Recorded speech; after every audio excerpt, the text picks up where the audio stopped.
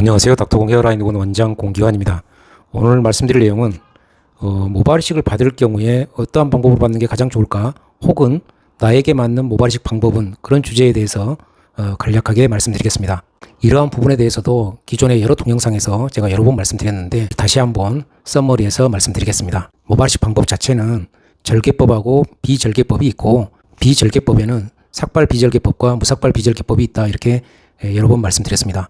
결국 모발이식 방법에는 절개법하고 삭발 비절개, 무삭발 비절개, 이렇게 이제 세 가지 외에는 없는데요. 그때도 말씀드린 것처럼 무슨 라인 컷이니 히든 컷이니 마이크로 컷이니 이런 컷자들 붙은 것들은 기본적으로 부분 삭발 비절개, 옛날엔 다 줄삭발이라고 했는데 그거는 무삭발 비절개가 아니고 금방 말씀드린 것처럼 부분 삭발 비절개로서 좋은 방법이 아니다라고 여러 번 말씀드렸습니다. 금방 말씀드린 것처럼 이제 모발이식 방법에는 그 세 가지가 있는데, 물론 가끔 이제 절개와 비절개를 섞어서 가지고 소위 혼용 방식으로 쓰기도 하는데요. 결국은 이 세 가지 방법 중에 나에게 가장 적합한 게 어느 방법일까, 이제 그러한 부분인데, 사실 이러한 내용도 제가 시전부터 사실 말씀드려서 저 입장에서는 어찌 보면 상당히 좀 식상한 그러한 내용인데요.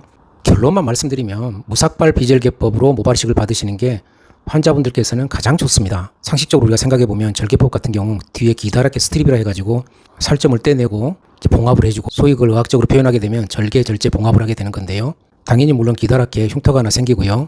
수술 후에 아무리 진통소임제를 먹더라도 살점을 떼고 봉합을 했기 때문에 욱신거리고 아플 수 있습니다. 또 땡김 증상 같은 게 상당히 수개월간 있을 수 있고요.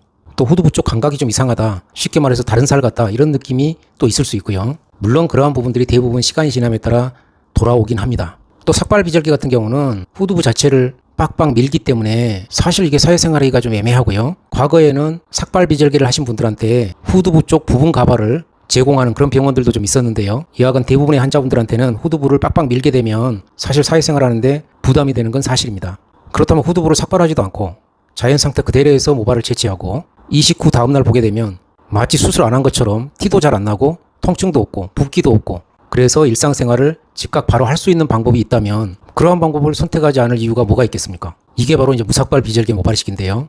저의 그동안의 경험으로 보면 무삭발 비절개를 선택하는데 사실 약간의 장애라고 해야 되나, 그런 부분이 다른 방법에 비해서 비용이 약간 더 부담이 된다, 이제 그런 부분인데요. 물론 그렇다고 해서 엄청나게 비용이 더 부담이 되거나 그러지는 않습니다. 삭발 비절개에 비해서 조금 더 부담이 된다, 이런 부분이고요. 사실 이러한 비용에 대한 부담만 없다면 제가 봐서는 무삭발 비절개 모발이식으로 받는 게 환자분들께는 가장 좋다, 이거는 100% 확신합니다.